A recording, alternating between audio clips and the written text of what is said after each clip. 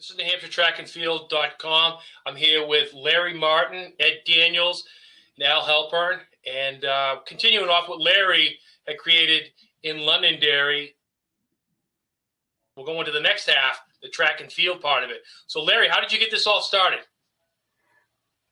Well, I talked earlier about how I, started coaching cross country in 1979 at Londonderry. But the year before I actually got there, Rich Nagy was the track coach. He was hired. He was from New York, Long Island, where he was coaching. I don't remember the name of the school, but he was coaching down in Long Island for like 10 years. And he came up to become the math department chairman. And he coached the first year all by himself at Londonderry. And he didn't know anybody, and he had quite a time of it. So the next fall, Ed Thibodeau hired me to be the cross-country coach and to teach math. Well, Rich and I didn't know each other at all. So it was very awkward at first because I was supposedly this hot shot that was coming in to take his place. And to make it even a little more complicated, he was going to be my boss in the math department. He was going to determine what subjects I taught. So make a long story short, we got along really well. We became very, very good friends. And the first that first year, we coached together, just the two of us. And it was quite interesting. I'd been around, Hampshire for a while. So we were in Class I, and that state meet was going to be at Monadnock. And as I always do, I projected where we were going to get points. I had it all figured out that we could score points in this event and that event. And that's back when scoring was just 6-4, 3-2, 1. And I had us projected to score 20-something points. Well, when the meet was over, Londonderry's total was 0. We did not score a point in that first state meet. And the year before, when Rich coached, they didn't score a point. So the first 2 years of Londonderry track and field had a total of 0. But Rich and I realized we were in trouble because he was big into the sprints and relays, and I was big into the distance, but that's really all we knew. And so I think this is back when you started getting involved, Al, correct? Right. Yeah. That's correct. Why don't we go on? Actually, in 1979, Larry, that meet where you guys got 0, my team at Timberlane won that meet in 1979. Why don't you go into some of your history now, Al, too, and bring us into Londonderry? Well, I taught and coached at Timberlane from 1974 to 1980. In 79, I actually heard from Ed Thibodeau. This is similar to what with Larry. Londonderry was growing very quickly. They needed more math teachers. He also knew that I, had some success at Timberlane at track, where we won 7 titles in the years I was there. And they made me an offer to come work at Londonderry, which was way higher than I was making at Timberlane back then. And I knew that you were there, Larry, because you and I were big rivals when you were at Raymond and I was at Timberlane. And so the chance for me to work with you and not have to coach against you was a big plus. I remember our big duels in middle school cross country, right? That's correct. Yeah, in fact, when I was one of the coaches of the 6 teams in that first meet in 1974, and then that meet just grew like crazy and became the biggest meet in the country. But the chance to work with you and in a developing school that was, of course, we didn't have a track until '88, but we knew it was going to be coming eventually. So it was a great situation. Tim Mays was our department chairman. I was also a math teacher. And then you and Rich and I became very good friends. Then, of course, when Ed came in a little bit later on, we had the as so-called Londonderry Mafia. So Al, how about Ed? Now you go into a little bit. Okay, well, as Larry mentioned in a previous edition of this series, he and I were both together at Raymond, and he did everything running, and I did everything field event related. And of course, as he just mentioned, there were some gaps in the early Londonderry program. So I eventually moved from Raymond over to Halpern High School, where a librarian position had showed up in 1980. I want to say 82. It was year-round school, and they also had an opening for an indoor track coach. And I thought, well, what a great combination, librarian and indoor track coach. Now, the coach at the time only coached spring, only coached outdoors. That was it. So it was a little difficult sometimes because my methods and techniques and how I worked with student athletes was probably a little different than he did. So I was there for 3 years, though, as an indoor coach. I think the best we did was, I think we were 4th place in Class L on one of those. So eventually, Larry mentioned that an opening in their media center, media director, had come up at Londonderry, and that was 1986. So after 3 years at Halpern, the opening was there. I had this background of coaching field events and throws and things. So he asked if I was interested in that. And that finally, now, strangely enough, let me add, when I was at Halpern coaching indoors, I was free to do things outdoors. Yeah. So maybe the most awkward part of this was I was the indoor coach at Halpern, and I came on board outdoors at Londonderry starting in the 1982-1983 school year. Yeah. So I'd be at meets with Londonderry kids, and Halpern kids would be there, and it was, well, we got along just fine. Yeah. But it was odd, to say the least. So at that point, in the early 80s, the three of us with Rich were there. And we were all good friends. And I think what made it the easiest, philosophically, we all were pretty much the same. We were in it for the kids. In fact, back then, there were only 2 paid positions at Londonderry. But there were 4 coaches, so we just all split the money up. No one made much money out of it. We were really doing it for that. In the early 80s, I think 81 and 82, I think we were runners up in Class I. I don't even remember those meets, Al. Do you remember those? I can't. I have no memory. I know we won in indoors in '82. When I had Blackwood and both Godens and Cooper and Lucibel and all those guys. Outdoors, Nashua was a real runner-up in powerhouse 81 and 82. Then. Yeah. So we were coming, and we were getting, when you start doing well, it attracts more kids, and obviously when you have a personality like Larry's, that was also an attraction for kids to come out. And, we started building our staff, and eventually when we got into the 90s, we actually had 7 guys coaching at one time. Wow. Yeah. It's almost like Co-Brown's cross-country team. No doubt. Those early years, though, and this is a big factor that, of course, I was involved with, was we had all these kids, the program was growing, but we had no track. Yeah. And Larry alluded to this in one of the earlier editions of this series about running around the school and putting lane lines down. I was coaching, along with the throws, people might not realize, I coached the jumps as well.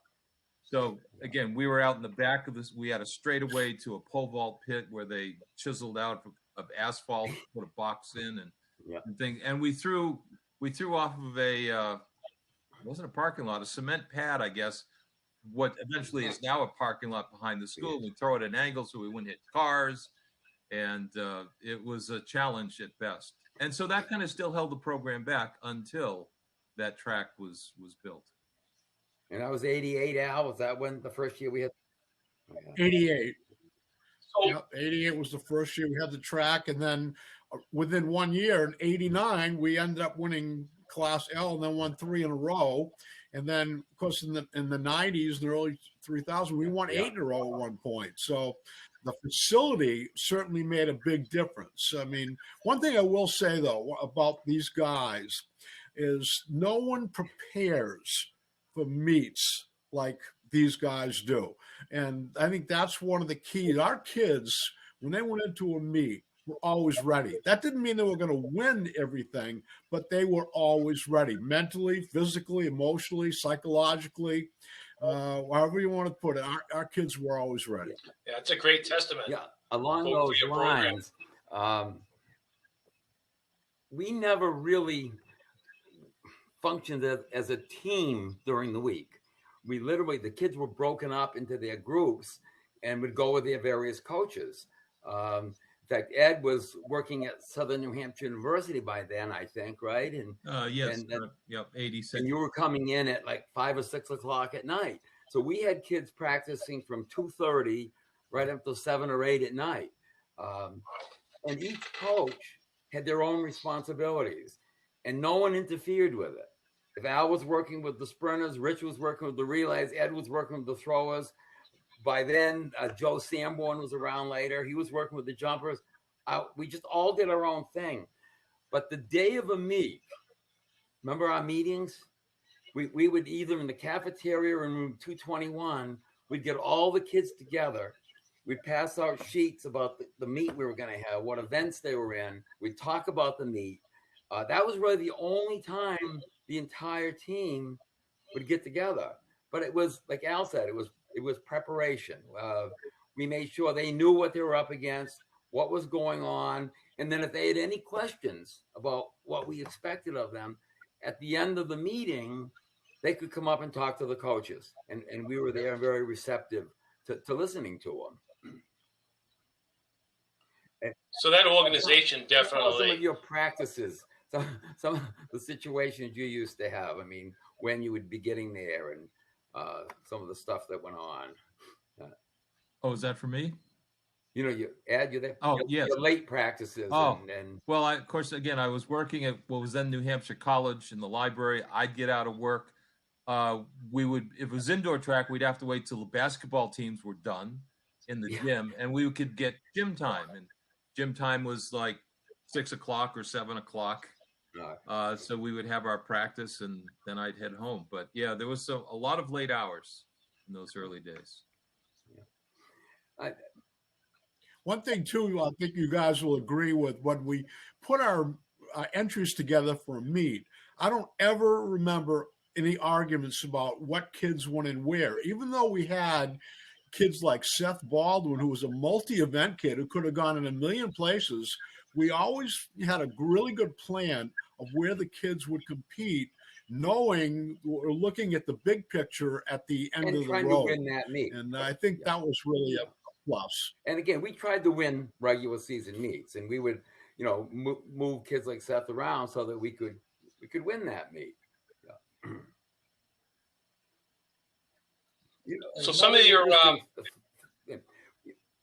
we were a public high school, so we got the kids we got. We weren't recruiting. We weren't like a college team that could recruit. So that we won 11 out of 14 years in Class A. And most of those years when we won, it was by 30 or 40 or 50 points. I mean, usually the meet was half over and we knew we were going to win. Except for one year. We had to do it with the kids we had, which meant there were times we won with distance kids. There were times we won with throwers. There were times we won with sprinters.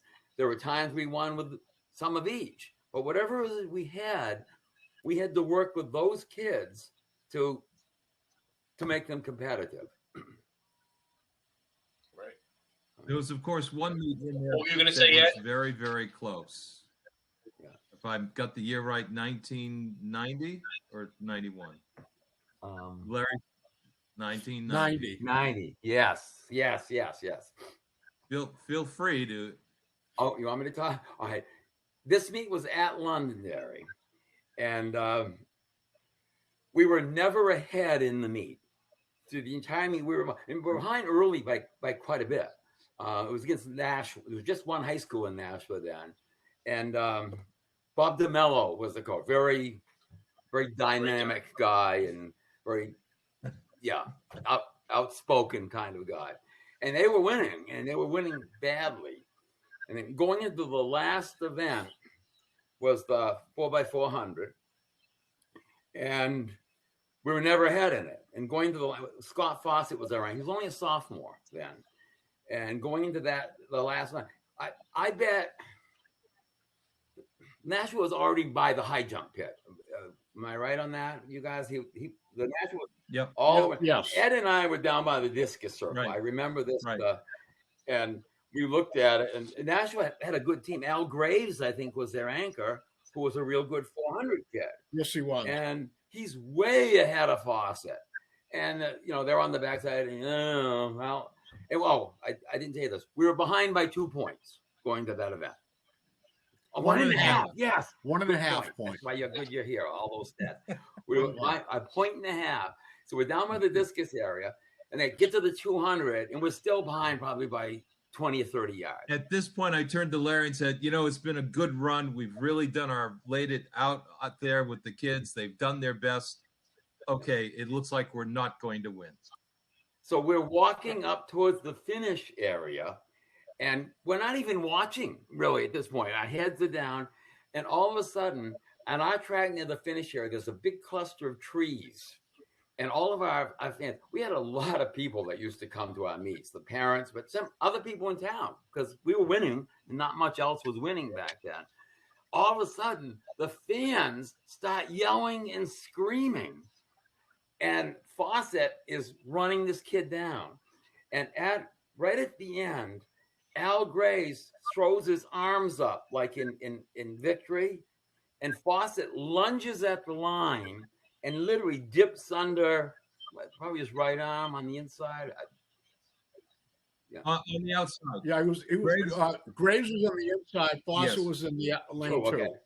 too. About that much. And there was a guy from the Nashua Telegraph who happened to be there because Nashua was supposed to win the meet. And he had this big giant camera with this big giant lens. He was at the end of the straightaway. He took a picture as they crossed the line. Most phenomenal picture. They ran it in the Nashua Telegraph as a full page picture at one point, and he won a sports photography award for it. And I think the heading was "The Picture Says It All," or "A Picture Says 1,000 Words." Or perfect timing. It shows. It was the most phenomenal thing. I mean, literally, we were never ahead in the meet. We were never ahead in that event until the last step.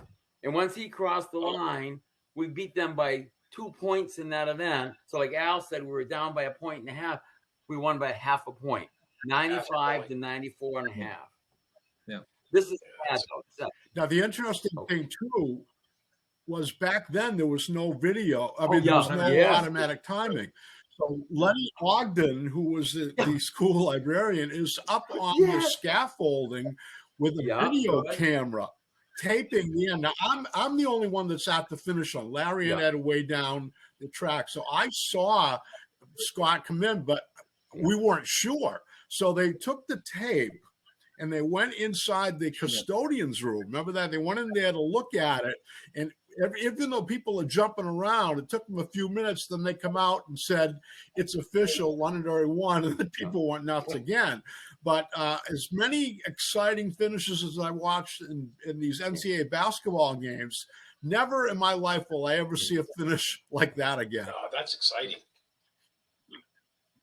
That's unbelievable. So that's probably the most memorable one for you guys, as far as wins like that coming from behind in the last event. I think so.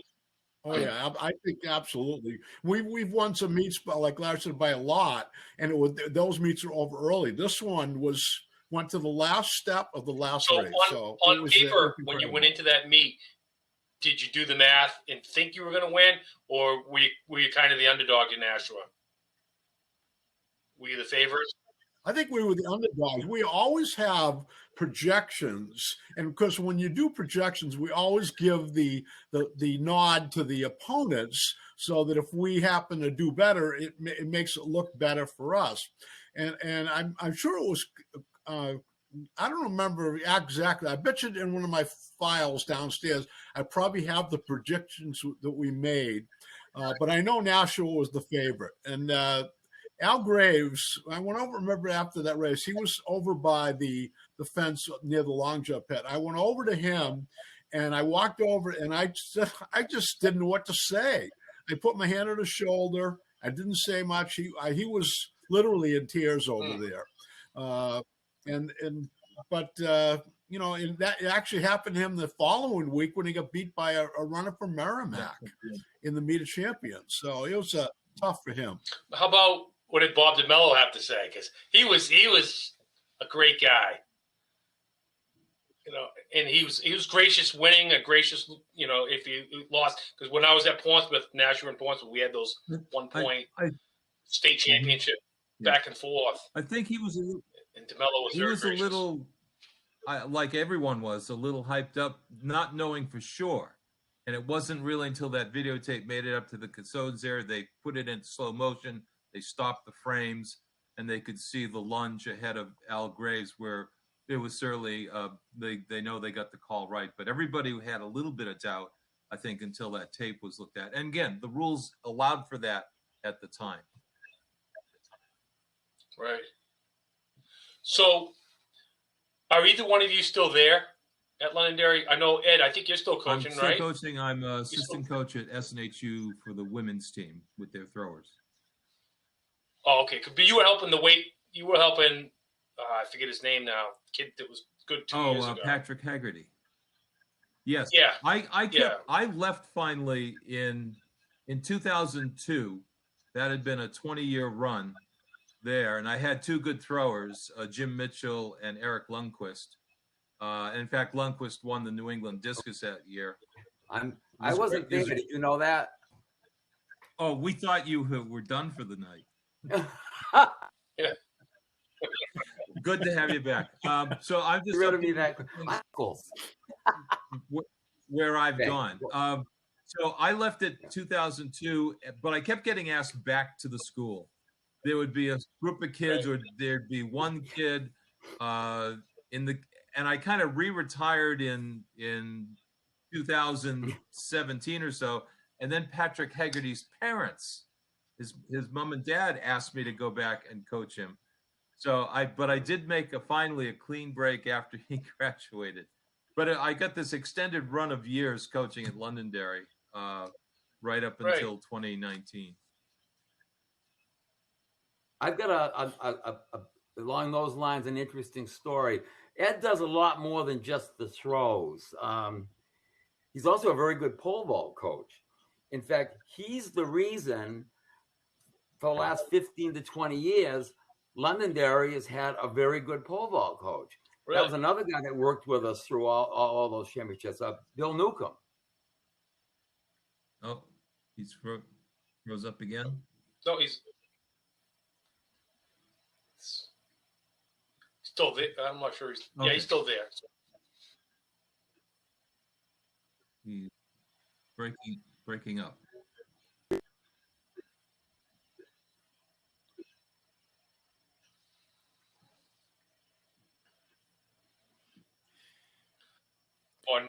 This is unusual. This is the first time we've actually seen Larry. Yeah, this is actually working well for us. Let's have a conversation with just us.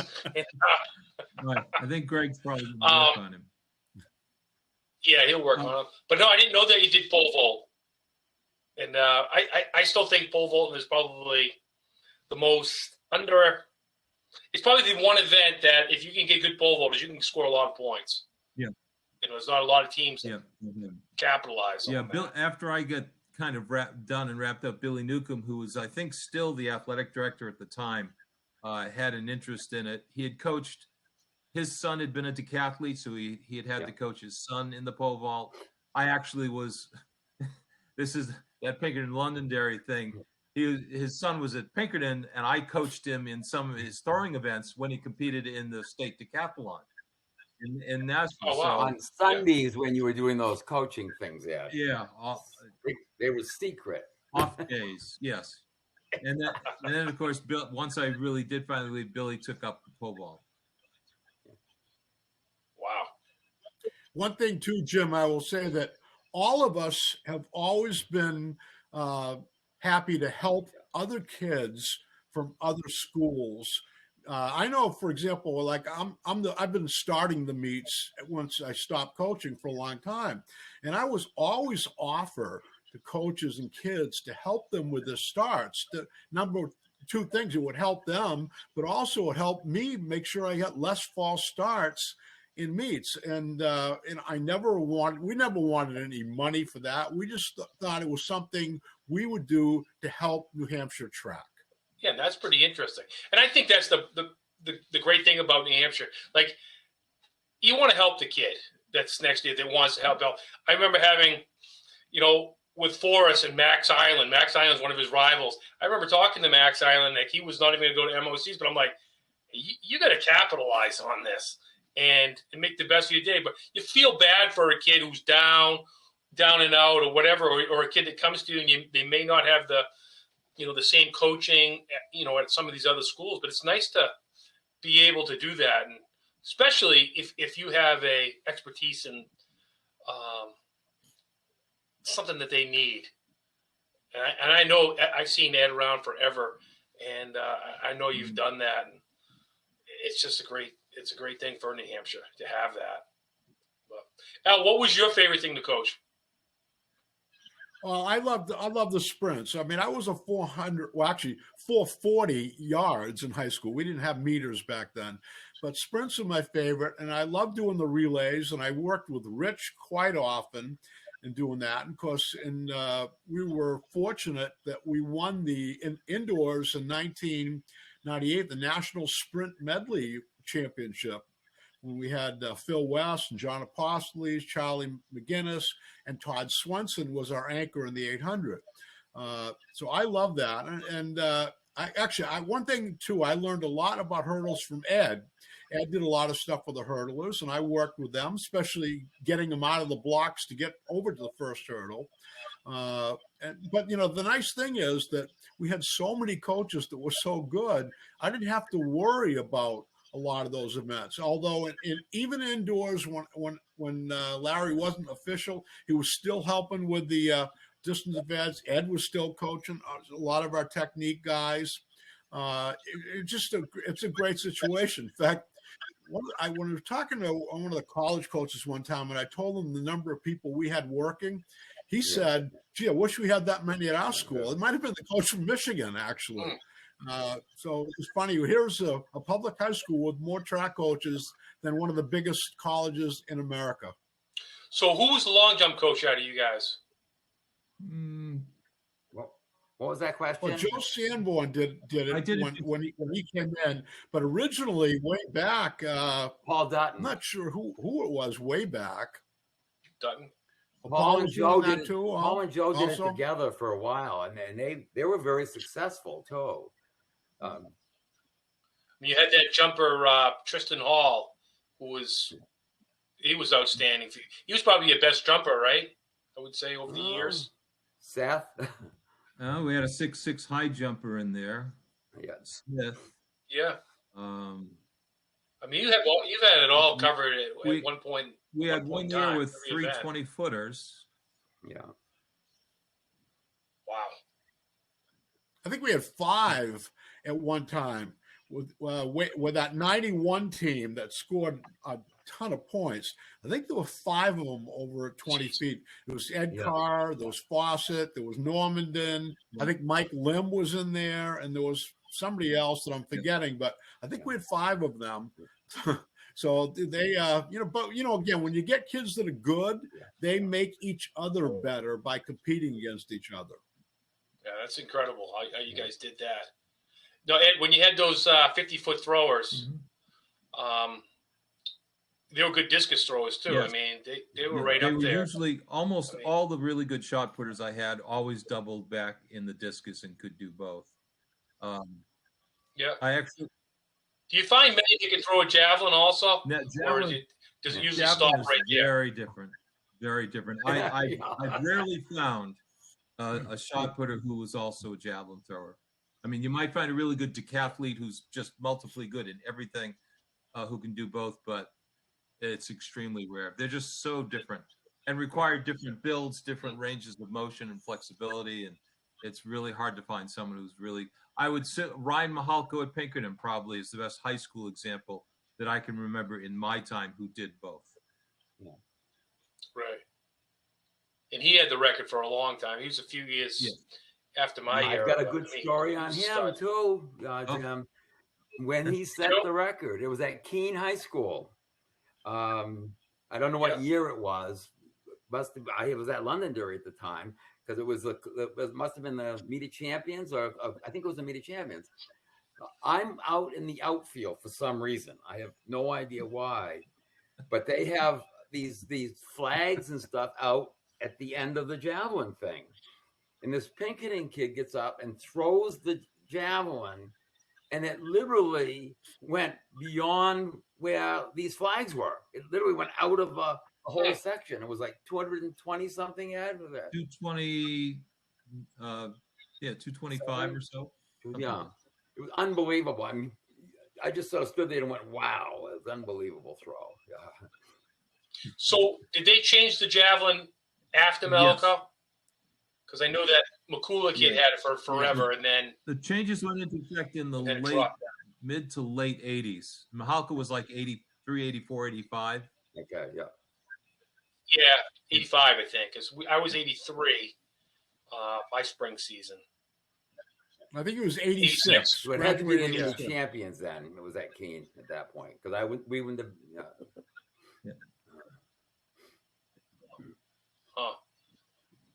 So, Al, you were at Timberlane. So a couple of my training partners, Mark and Dean Kimball, that was quite a run for you. And you had Zemian, I remember him. But you guys had quite a run there too with your track programs. And yeah, we really did. In fact, my first big star when I first started was Matt Crompton. He was the New England hurdle champion, set the state decathlon record. But then we had Craig Fran, who became one of the absolute best road racers in America, and especially in the over 40 and 50 age groups. I had a lot of great kids. We had, of course, Mark and Dean. When you get two kids like that, you don't lose many meets. And they go 1-2 almost all the time, because one year they tied for first in the cross country championship. And even running against kids like B.J. Fowler and Larry Stinson and some of those guys, Larry Reed. And, we had Bruce Slade, who was really good. You mentioned Zemian. We had Dave Lovely and Roldan and all these kids. I mean, and Larry had the same thing at Raymond. For small schools to have talent like that is amazing. And that's why our team and Raymond team had such great competition. We had not a lot of kids, but boy, were they good. So Londonderry, I mean, Timberlane must have been pretty upset when you left to go to Londonderry. That must have hurt. That must have been a stinger. Well, it's funny. The Havel Gazette puts this big headline in that I was going to Londonderry. Although I never got any negative feedback about it. In fact, my coaching salary went up 4 times. I think from $500 to $2,000, which back then it was pretty good. And then my teaching salary went up a lot because it was still well below $10,000 a year back then. But it was a nice move. I mean, I was at the age where it was a good time to make it. I was still pretty young and able to do things, but I had some pretty good experience at that point. And then a chance to work with these guys is a once in a lifetime deal. So besides being a stunt double for Neil Diamond, because that's who you look like, this Neil Diamond, I always said, geez, if that guy ever wanted to be Neil Diamond, that's him. Can anyone hear? Right there. Jim, I'll tell you, I have got that comparison a million times. People say that to me quite often. And I tell them there's one big difference between me and Neil Diamond. You know what that difference is? Coach track. About $50 million. Yeah. So, Ed, what's your background? Where'd you come from? Went to school, born and raised in Nashville, went to Nashville High School, and got involved as the team manager for Fran Tate. who had been extremely successful there through the 50s and 60s. He let me throw some discus my senior year, and I stayed on his. And I actually, if you ask me who's my model, and I think Larry would probably tell you there's a lot of Paul Potter in modeling how he has done coaching, and probably Al as well. But I modeled how I handle kids and deal with kids and train them and teach them much the way Fran did his kids. So that's the deep barrier. After that, it went to UNH and competed. And I don't know if you could do this according to the NCAA rules anymore, but I was coaching Oyster River. I was the head coach of Oyster River indoor and outdoor track from my junior year through my senior year and a fifth year that I was there because I was taking education courses. So I don't think you can. I did the same thing. UNH Coach Portsmouth. Yeah, so I don't think you can coach a high school team and compete on an NCAA Division I team anymore. Yeah, they probably frown upon it. See, I was coaching at UNH then, and then I heard about the opening at Oyster River. So Ed was on the team at UNH. So I said, hey, why don't you go talk to Sam Clark, the AD, and maybe become the coach? And at first we thought it was like a joke, and then Ed did it. But then it got better. He was at Oyster River. When I got out, I went to Raymond, started coaching at Raymond. Right. And then we had bitter rivalries going on. So, Al, whereabouts are you from? Well, I grew up in Haverhill, Mass, and I ran track from Haverhill High School. In fact, my coach, I had two coaches. Charlie White was the head coach. Charlie was pretty old when I was a senior. He graduated from Haverhill High in 1916, and I graduated in 67. So you can do the math on that. But our assistant coach, and I think Larry mentioned him before, was Tony Sapianza. Tony was a phenomenal distance runner. He finished fourth in the Boston Marathon in like 1958. And I'll tell you, when we did everything was speed work with us. I never did anything long. And when Tony would go on the track with us, even though he was older, I couldn't beat him.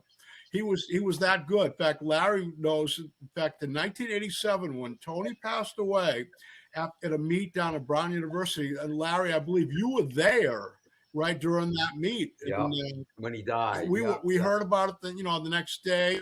Shocking. He was the great guy. But the other thing, too, he was my Algebra 2 teacher. So like Larry and like me, we're math teachers and track coaches. So we had great examples. And then when I went to UMass, Ken O'Brien was the track coach there, and I never did much at all. But I watched him, and he was a great guy. Charlie White was a great guy. So when you talk about having good role models to look at, those were two guys that I try to emulate when I started working, and I think it carried on for my whole career. Oh, that's good. I mean, I think the whole coaching is where you start off and how you branch out. The way you guys did it at Londonderry, I mean, it was an incredible run. And I just like how the whole pieces come together and what you guys did. I've got another story. I know you like my stories, Jeff. This is going to be a good one because it involves Ed Daniels and me as a throwing coach and someone I know Jeff. Jimmy Crummy. So I'm at Raymond and Ed's at Oyster River. I think it was 1975 or 6. State meet was our division meet was at Durham at UNH, and I had this kid, probably one of the strongest kids you're ever going to see in a high school situation.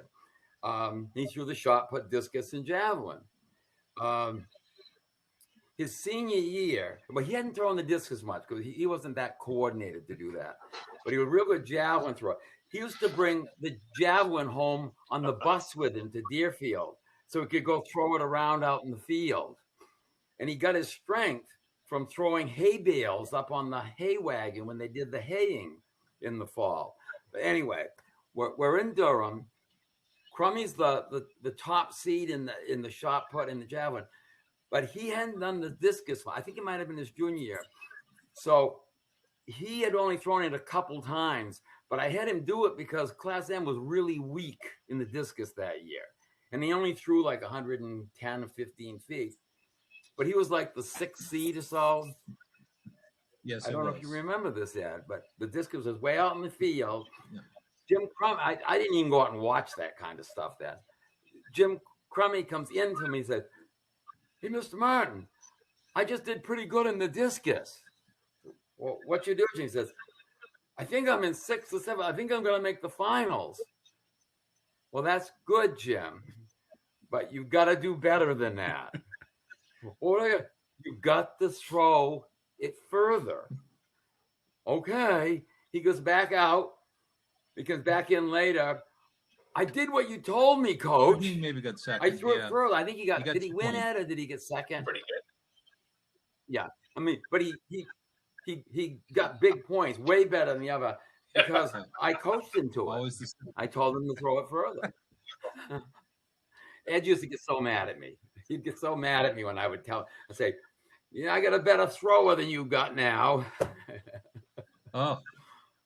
What could you have done with him, huh? Yeah. He got hurt one year. He hurt his ankle, and he literally couldn't run. So in the division, the class meet, I don't think it was that. No, it wasn't that year because his ankle wasn't hurt that year. But he couldn't run. He just literally had his soccer cleats on. He went up to the line and planted his feet and just brought his arm back and just let it wing. And he won it. Yeah. I mean, he didn't need to run. He was that strong. So Al, you're one of the head officials now. Yeah. So how much different is it now compared to, back in, 20 years ago, 30 years ago? I mean, everything's a lot electronic now, and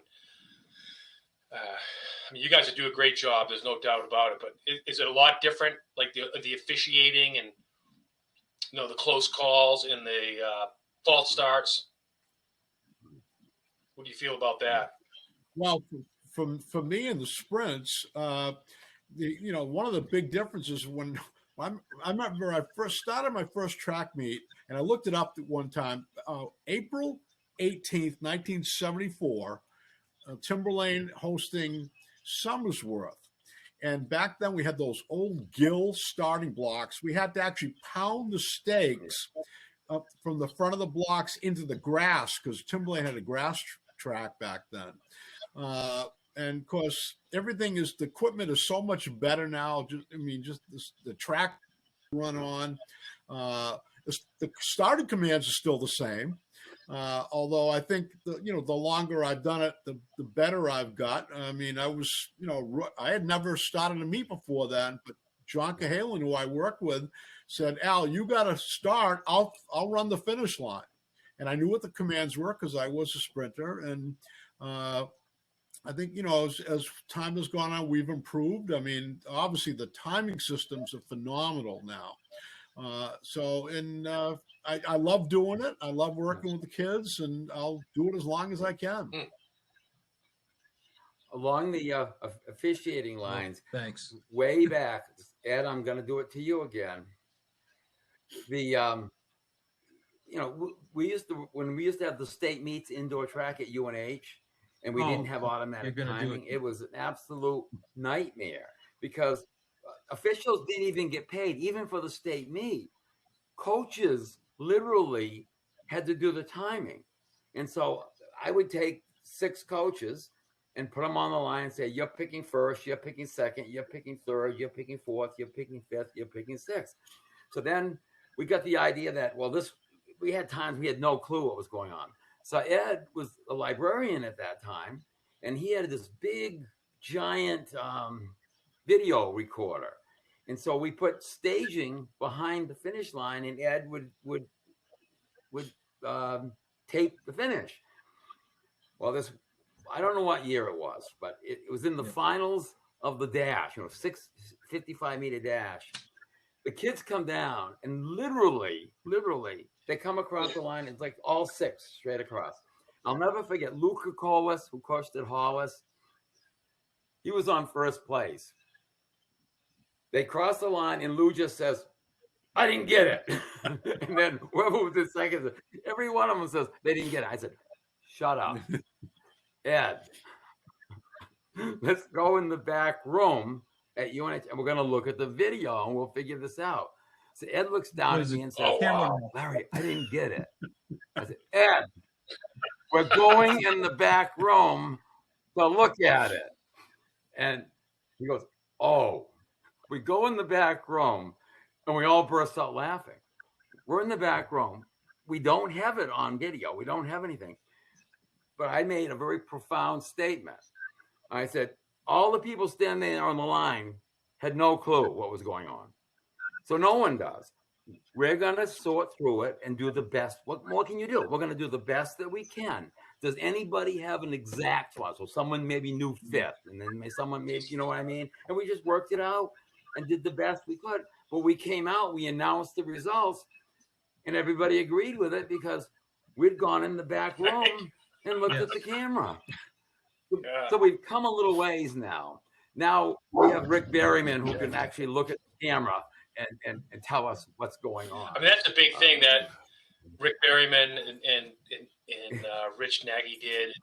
I mean, it's probably one of the best things ever as far as what you can do. Yeah, I guess I didn't. Yeah. I should have mentioned that earlier. Hey. When Rich was that when Rich was at Londonderry, he became friends with Rick Berryman, and they started Lancer Timing. It was really Rich that was in charge of it at that point, because that's why it was called Lancer, for Londonderry.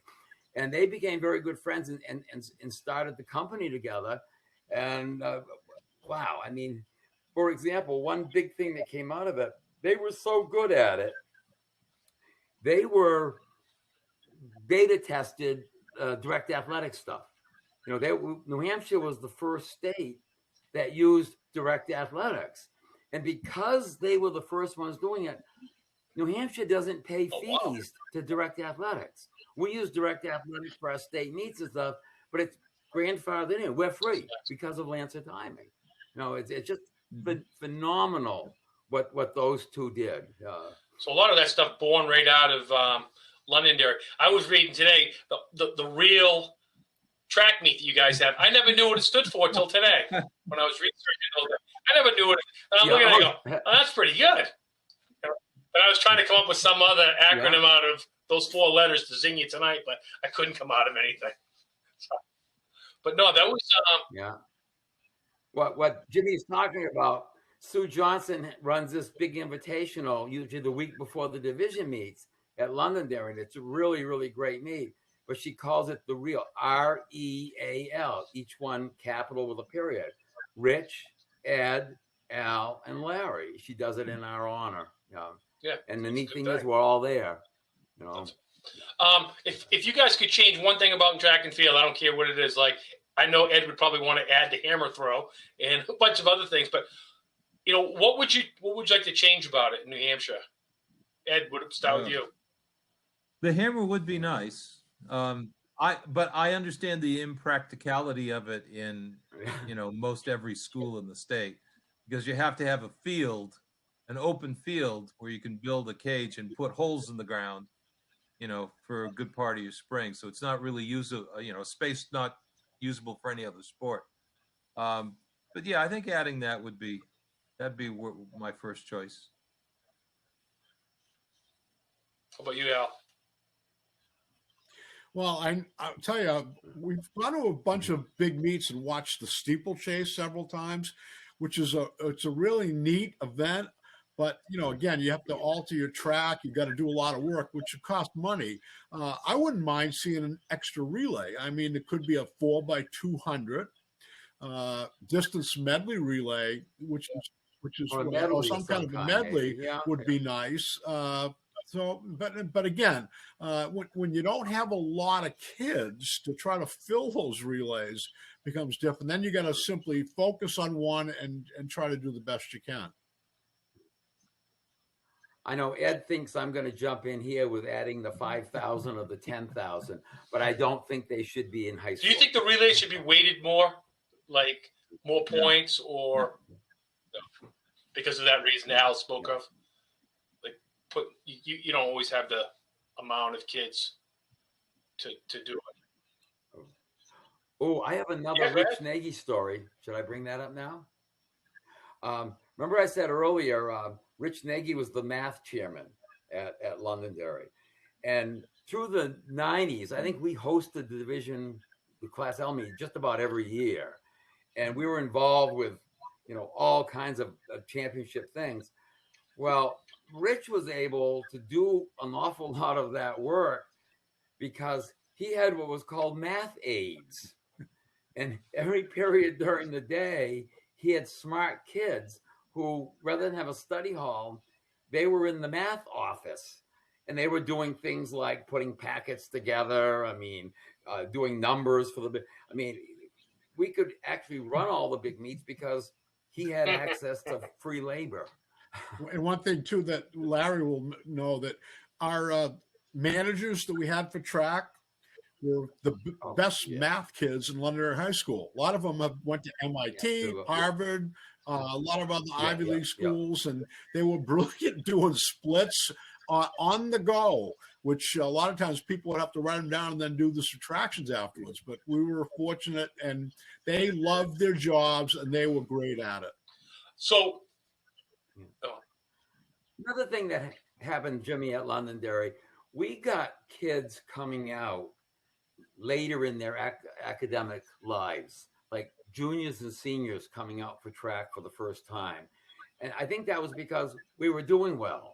We would get kids that had played baseball and lacrosse their entire lives, and their junior or senior year, they'd come out for track and do really well. And other coaches would be, whoa, where the hell did that kid come from? Jason Allen, he'd get like 40 points in Division Class L, and he only ran his junior and senior. I think his senior year, he was going to be captain of the baseball team, right? And then he decided to go off a track and scored like 38 points in Class L. And we did that all the time. We would have kids that weren't very good. Michael Lim, who all of a sudden he was like a 65-second 400 kid as a freshman. Now, what did he run as a senior? Well, he became like a 21-foot long jumper. I think jumping, and he also was a really good triple jumper. And now he's an unbelievable physician out, I believe, in California. He's a very successful, brilliant kid. But another one I thought was Brad Dudley. Remember him? He became a really good hurdler, and he had never done track before, but he was a good athlete. And of course, when you have Seth Baldwin and other kids that can help you, and that's one thing too about the kids on our team, they were very good about helping their teammates get better, and they were like almost assistant coaches on the track for us. And then after they graduated, we would have those kids sometimes come back and help.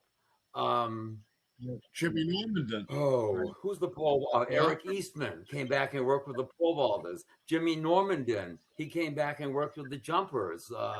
They must have been. You must have had weight kids that would come back at sometimes and would help. Let me go to this kind of wrap up the eclectic mix that's being described here of who was on the team.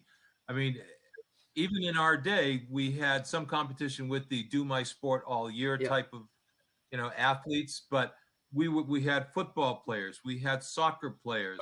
Occasionally there might be a basketball player. Again, the late bloomers that Larry and Al were mentioning. It was always an interesting mix. Yeah. And of course, the big crossover football, especially since the football head coach for many years was the lacrosse coach in the spring.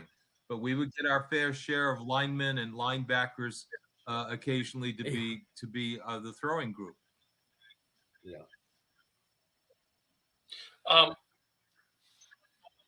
I remember Seth Baldwin was also the soccer goalie, and they had a phenomenal soccer team, and that's when soccer was getting really big, and they had indoor leagues and stuff. And at Seth's his junior year, he was told by the soccer coach at that time that he had to play in this AAU soccer league that spring. And Seth, he was doing track. Well, if you plan on starting for us next fall, you're going to be doing, you're going to be doing the soccer league. Well, he didn't. He went and said, well, I'm doing track. The next year in soccer, I think they were undefeated. Seth was the goalie and he played.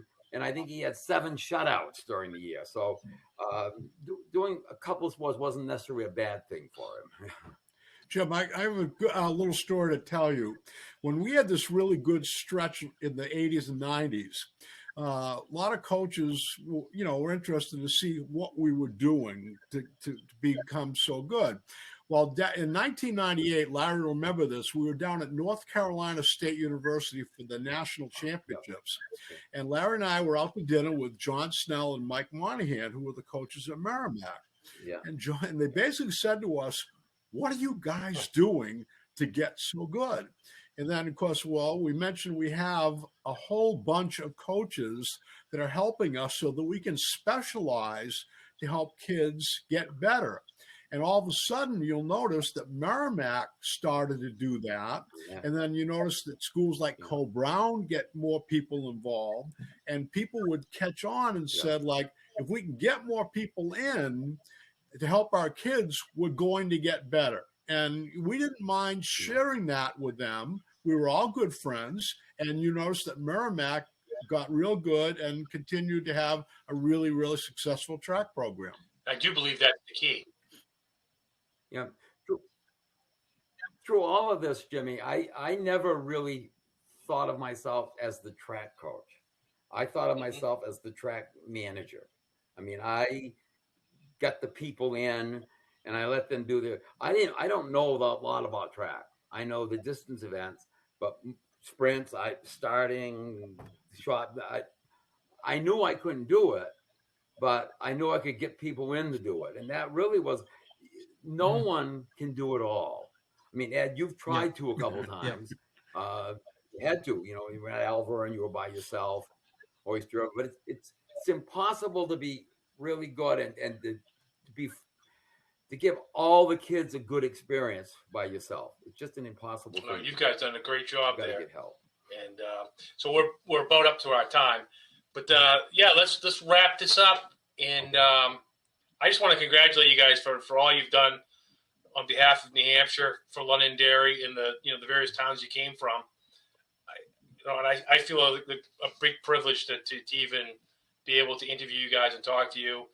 And on behalf of the state of New Hampshire, I am proud of our state, and I think you guys are 3 of the most important guys that have put forth your best effort in every facet of track and field, whether it's weight throwing, sprints, distance, officiating, helping out in colleges. You guys made it your life, and the combined years is probably going to be up well over 100, probably 120 years. So I just think it's a great testament to New Hampshire, and I hope the ball keeps rolling. The younger guys get involved, and we keep it going. My biggest fear is what happens after your group moves on, and then the next group goes on. What's going to happen? Hopefully, it'll get filled back in.